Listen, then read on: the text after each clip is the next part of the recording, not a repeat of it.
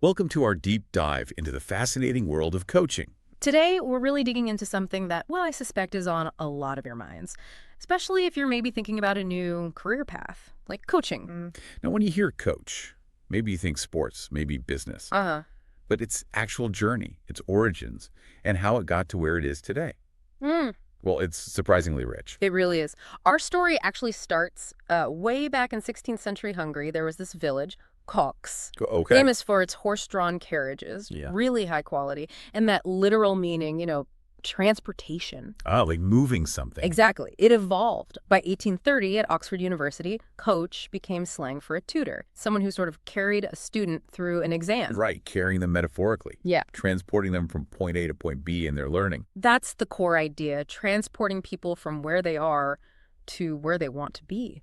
Sports came later, 1861, and even Cambridge had mathematical coaches way back. So for you listening, maybe you're an aspiring coach coming from, say, a supply chain background.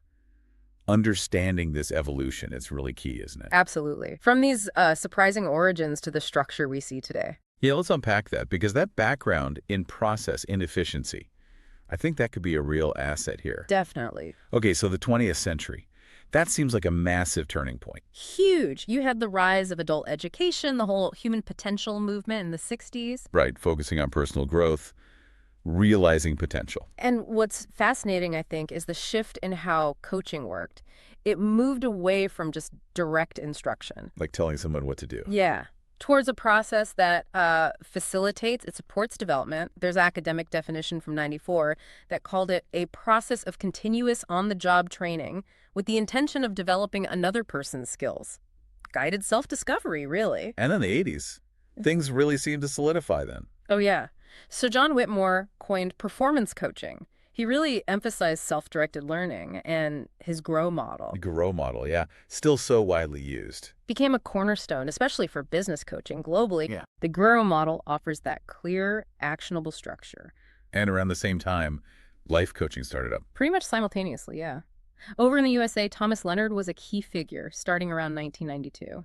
And this is also when the big professional bodies started forming. Exactly. You get the EMCC, the European Mentoring and Coaching Council, co-founded in 92, and the ICF, the International Coach Federation, launched by Thomas Leonard in 94. So bringing some structure, some standards to this growing field. Vitally important for professionalization, yes. Okay, fast forward to the 21st century. Tech enters the picture, right? The internet. Big time.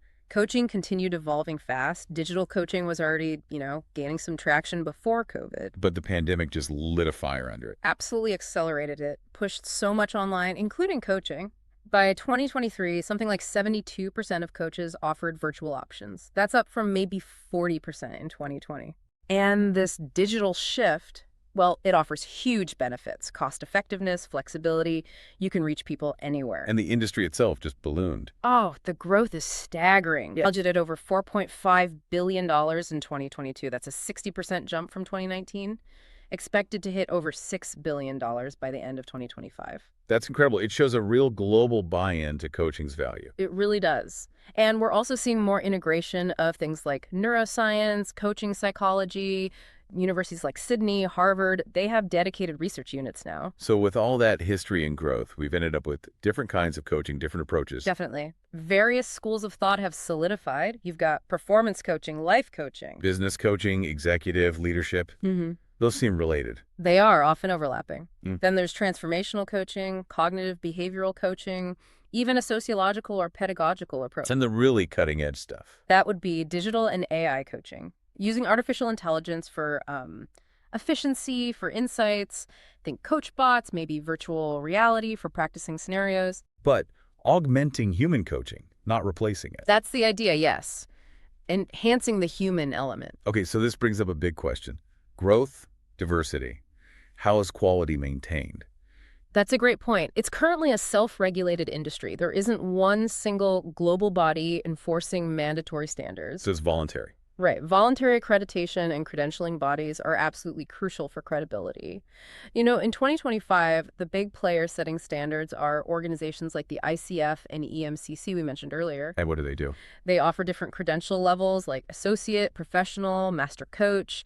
They accredit training programs. The EMCC promotes good practice, offers its own accreditation levels. They even launched a global code of ethics with the Association for Coaching back in 2016. So there are frameworks for quality, even if it's self-regulated. Exactly. They provide that vital quality assurance, that path for professional development in this very dynamic global market. It gives coaches and clients a benchmark. What a journey. Seriously, from a 16th century carriage in Hungary to this multi-billion-dollar global industry tied up with psychology, tech. It really underscores how dynamic coaching is and how it is becoming more structured, even without government regulation everywhere, Ah, how that unique perspective can inform your approach as a coach. It's a field that values structure and process, just maybe in a different way than you're used to. It's a real strength. and that's really what we want to help you understand in these deep dives, the reality beyond the hype. And for those of you listening, maybe you like our host, you're curious, maybe you're already certified but feel a bit stuck, we're definitely going to explore more. We'll look at what kinds of coaching actually pay well. Can you start this without quitting your job? And we'll bust some common myths too. Because your journey, whatever path you're exploring, really deserves clarity, not confusion. Thanks so much for joining us on the deep dive.